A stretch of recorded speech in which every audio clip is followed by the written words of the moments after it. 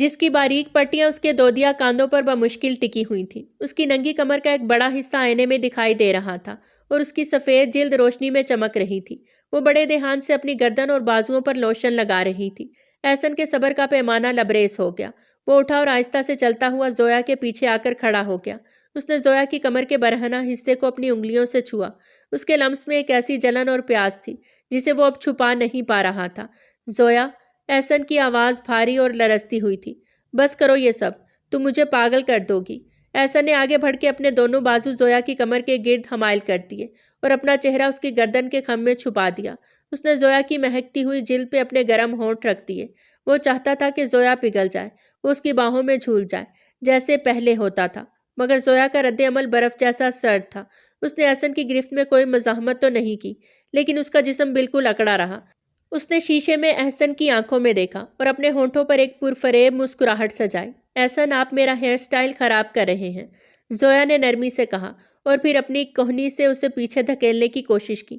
میں نے ابھی بالوں میں سیرم لگایا ہے تاکہ وہ الجھے نہیں۔ اگر آپ اسی طرح چپکے رہے تو صبح میرے بال بکھرے ہوئے لگیں گے اور آپ کو تو بکھری ہوئی چیزیں پسند نہیں ہیں۔ احسن نے اسے چھوڑنے کی بجائے اس کی کمر کو مزید زور سے بھینچ لیا۔ مجھے پرواہ نہیں ہے بالوں کی، مجھے تم چاہیے ہو، میری زویا جو میرے پاس ہوتی تھی۔ احسن نے اس کے کاندھے پہ ایک شدت بھرا بوسہ دیا اور اس کا رخ اپنی طرف موڑا۔ زویا بالکل اس کے سامنے تھی۔ اس کی آنکھوں میں ایک عجیب سی چمک تھی جو دعوت بھی دے رہی تھی اور روک بھی رہی تھی۔ احسن نے اس کے چہرے کو اپنے دونوں ہاتھوں میں تھام لیا۔ اس کی انگلیاں زویا کے گالوں کو سہلا رہی تھیں۔ دیکھو میری طرف زویا، احسن نے التجا کی۔ ہاں، مجھے خوبصورتی پسند ہے، لیکن یہ دوری مجھے مار رہی ہے۔ تم میرے اتنے قریب ہو پھر بھی مجھے لگتا ہے تم میلوں دور ہو۔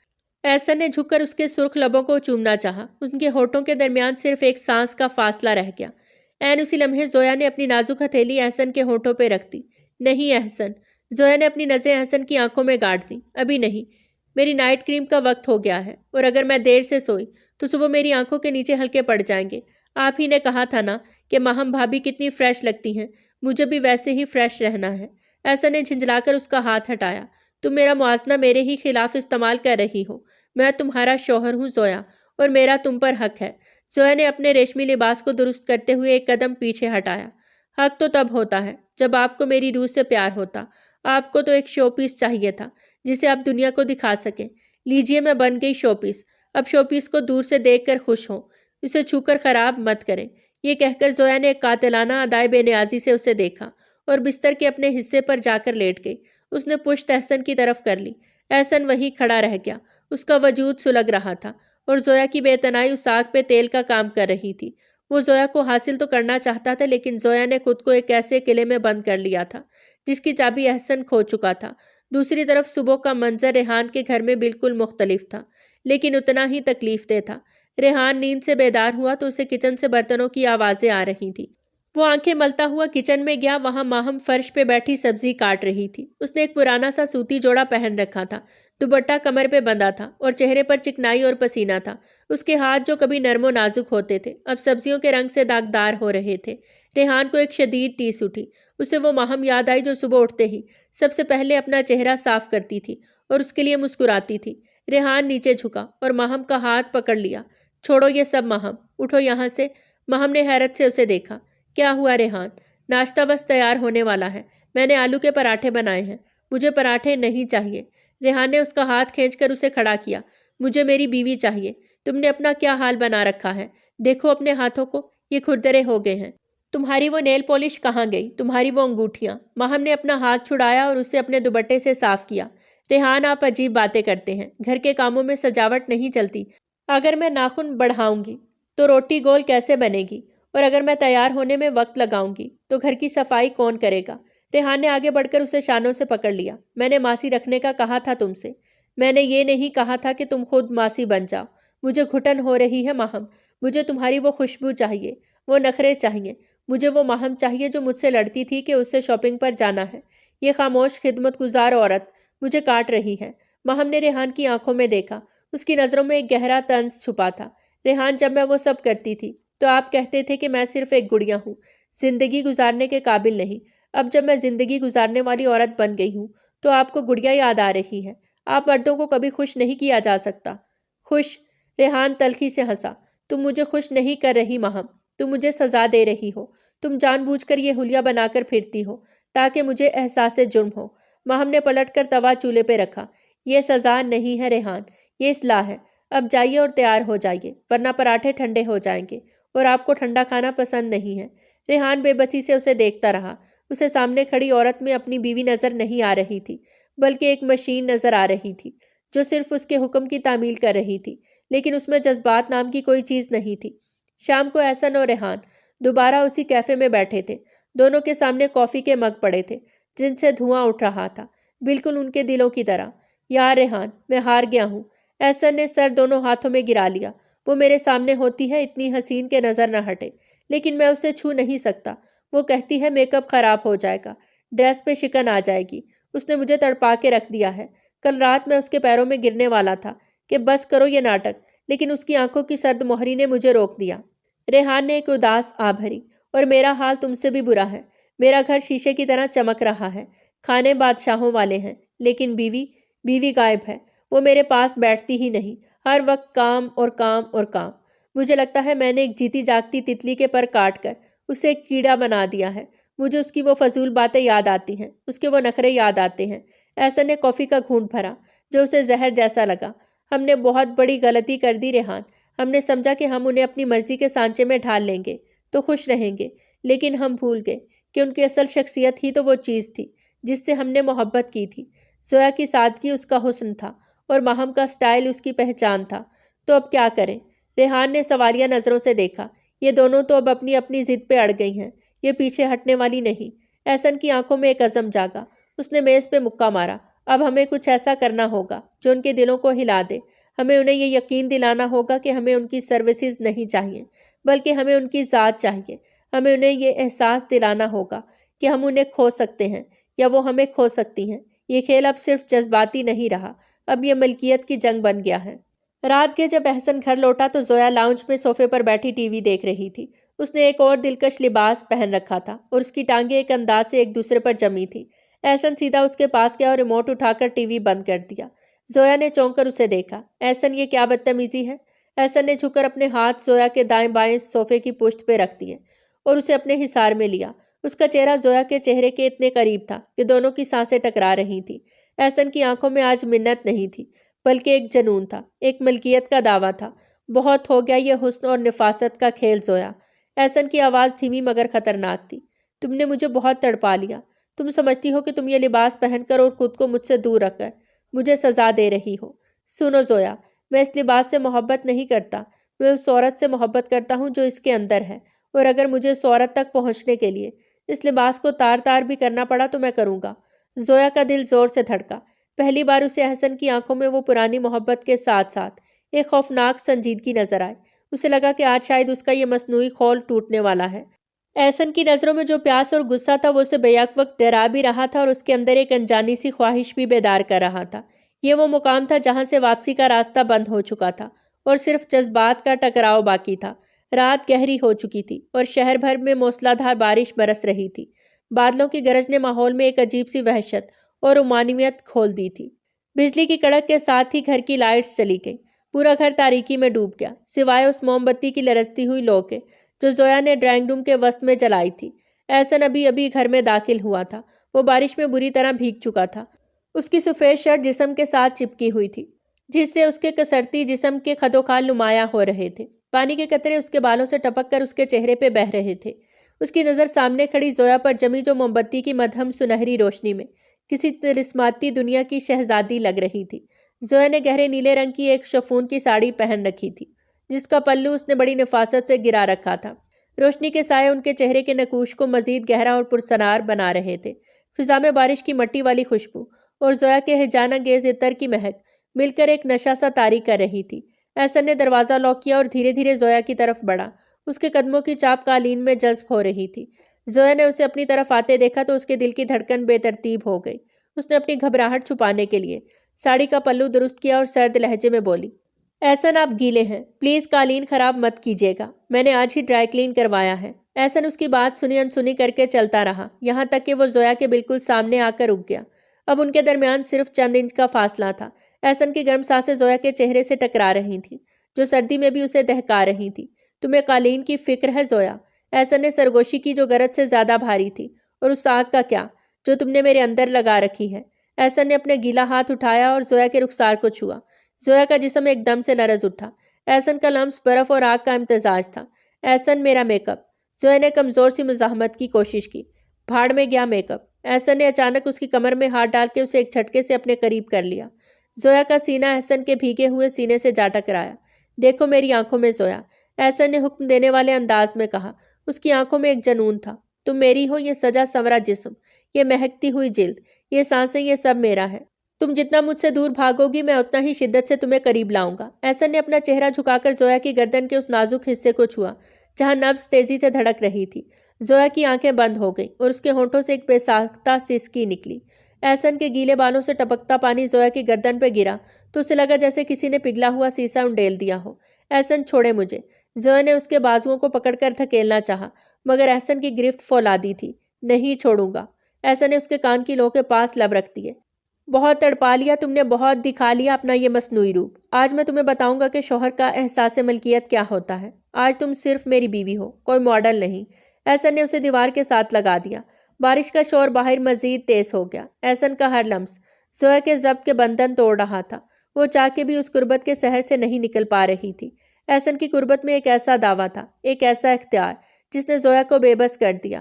وہ اس کے حصار میں قید ایک تتلی کی طرح پھڑپھڑا رہی تھی مگر دل ہی دل میں وہ اسی قید کی خواہش مند بھی تھی۔ دوسری طرف ریحان کے گھر میں بھی طوفان برپا تھا۔ ماہم کچن میں کام ختم کر کے اپنے کمرے میں آئی۔ اس کے ہاتھوں میں جلن ہو رہی تھی اور کمر درد سے ٹوٹی جا رہی تھی۔ ریحان بیڈ پر بیٹھا تھا۔ اس نے دیکھا کہ ماہم بام ڈھونڈ رہی ہے۔ ریحان اٹھا اور اس کے ہاتھوں سے بام کی شیشی لے لی۔ لائیں میں لگا دیتا ہوں۔ ریحان نے اس کا ہاتھ اپنے ہاتھ میں لیا۔ ماہم کا ہاتھ سخت اور کھردرا ہو چکا تھا۔ ریحان نے نرمی سے بام لگانا شروع کیا تو ماہم کی آنکھوں میں آنسو آ گئے۔ کیوں کرتی ہو یہ سب ماہم؟ ریحان نے اس کی ہتھیلی کو چوم لیا۔ ماہم نے ہاتھ کھینچنا چاہا مگر ریحان نے سختی سے پکڑ لیا۔ ریحان چھوڑے، میرے ہاتھ گندے لگ رہے ہوں گے آپ کو۔ تمہارے یہ ہاتھ میری جان نکال رہے ہیں ماہم۔ ریحان نے اسے بازو سے پکڑ کر اپنی طرف کھینچا اور اسے اپنی گود میں بٹھا لیا۔ ماہم ہڑبڑا گئی۔ ریحان، یہ کیا کر رہے ہیں؟ محبت کر رہا ہوں۔ ریحان نے اس کے بکھرے ہوئے بالوں کو چہرے سے ہٹا کر کان کے پیچھے اڑسا۔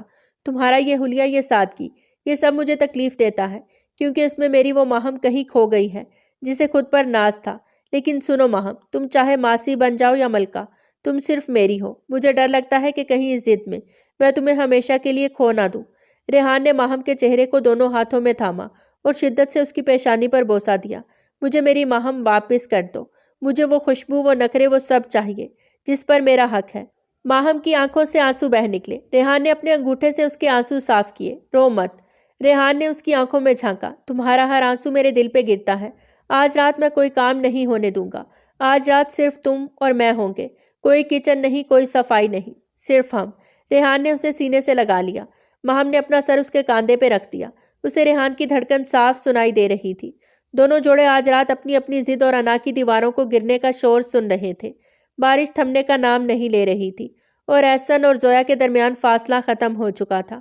احسن نے زویا کی ٹھوڑی پکڑ کر اس کا چہرہ اوپر کیا۔ کہہ دو کہ تم بھی تڑپ رہی تھی۔ احسن نے اس کی لبوں کے قریب سرگوشی کی۔ کہہ دو کہ یہ بناوٹ صرف ایک کھیل تھا۔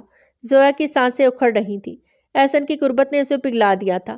اس نے کپ کپاتے ہونٹوں سے کچھ کہنا چاہا مگر الفاظ کی جگہ اس کی آنکھوں نے اقرار کر لیا۔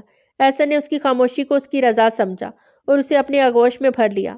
یہ وصل کی رات تھی جہاں شکوے مٹ رہے تھے اور صرف جذبات کی حکمرانی تھی۔ احساس ملکیت اور کھو دینے کا ڈر دونوں کو ایک دوسرے میں ضم کر رہا تھا۔ اس طوفانی رات کے بعد کئی دن گزر چکے تھے۔ موسم اب خوشگوار تھا اور فضا میں ایک نئی تازگی تھی۔ احسن صبح سویرے کچن میں داخل ہوا۔ اس کے ذہن میں گزشتہ دنوں کے واقعات کسی فلم کی طرح چل رہے تھے۔ اسے توقع تھی کہ یا تو اسے کچن خالی ملے گا جہاں سے وہ خود اپنی کافی بنا کر نکل جائے گا، یا پھر پھیلا ہوا جہاں برتن سنک میں بھرے ہوں گے اور ہر چیز اپنی جگہ سے ہلی ہوئی ہوگی۔ مگر سامنے کا منظر دیکھ کر اس کے قدم دروازے پہ ہی جم گئے۔ یہ منظر اس کے لیے کسی خوشگوار حیرت سے کم نہیں تھا۔ زویا ناشتہ بنا رہی تھی لیکن آج اس کا حلیہ اور انداز بالکل مختلف تھا۔ وہ زویا جو عام طور پر صبح کے وقت بکھرے بالوں اور نائٹ سوٹ میں نظر آتی تھی، آج اس نے ایک نفیس سا ہلکے پیلے رنگ کا شلوار قمیص پہن رکھا تھا۔ اس کے بال سلیقے سے پیچھے بندھے ہوئے تھے اور کوئی لٹ بھی چہرے پہ نہیں گر رہی تھی۔ اس نے اپنے قیمتی کپڑوں کو داغ دھبوں سے محفوظ رکھنے کے لیے ایک خوبصورت سا ایپرن پہن رکھا تھا۔ اس کے چہرے پہ ہلکا سا میک اپ تھا جو اسے تر و تازہ دکھا رہا تھا، مگر ہاتھوں میں آٹے اور گھی کی شناسا مہک بھی موجود تھی جو احسن کو اپنی ماں کے ہاتھ کے پراٹھوں کی یاد دلا گئی۔ احسن مسکراتا ہوا اندر آیا اور اس کے قریب کھڑا ہو گیا۔ اس کی نظریں زویا کے چہرے پہ ٹکی تھی۔ یہ کیا زویا؟ آج نہ تو وہ ماڈل نظر آ رہی ہے جو صرف اپنی ذات میں مگن رہتی تھی، اور نہ ہی وہ پرانی گھریلو زویا جو خود کو نظر انداز کر دیتی تھی۔ یہ کون ہے؟ کیا میں خواب دیکھ رہا ہوں یا واقعی میری بیوی نے کوئی جادو سیکھ لیا ہے؟ زویا نے مسکرا کر آملیٹ پلیٹ میں نکالا اور چولہا بند کر دیا۔ اس کی مسکراہٹ میں ایک نیا اعتماد تھا۔ یہ وہ زویا ہے احسن جس نے سیکھ لیا ہے کہ زندگی نام ہی توازن کا ہے۔ میں نے محسوس کیا کہ آپ کی خوشی کے لیے گھر بھی سنبھالنا ہے اور اپنی خوشی کے لیے خود کو بھی سنوارنا ہے۔ میں نے توازن سیکھ لیا ہے کہ گھر کو سنوارنے کا مطلب خود کو بگاڑنا نہیں، اور خود کو سنوارنے کا مطلب گھر کو نظر انداز کرنا نہیں ہوتا۔ احسن نے آگے بڑھ کے اس کے ہاتھ سے ٹرے اٹھا لی۔ اس کے دل میں زویا کے لیے محبت کا جذبہ امڑ آیا۔ لاؤ میں تمہاری مدد کر دیتا ہوں۔ اب سے ہم دونوں مل کر یہ توازن قائم رکھیں گے۔ صرف تم ہی نہیں، میں بھی کوشش کروں گا کہ تمہاری اس کوشش میں تمہارا ساتھ دوں تاکہ یہ گاڑی ہمیشہ اسی خوبصورتی سے چلتی رہے۔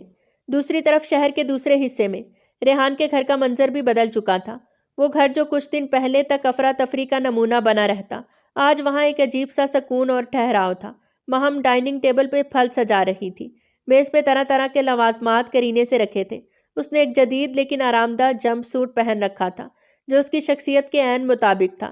کچن میں ایک ماسی برتن دھو رہی تھی اور صفائی کر رہی تھی، مگر کھانے کی ڈشز سے اٹھنے والی خوشبو بتا رہی تھی کہ یہ سب ماہم نے خود اپنے ہاتھوں سے تیار کیا ہے۔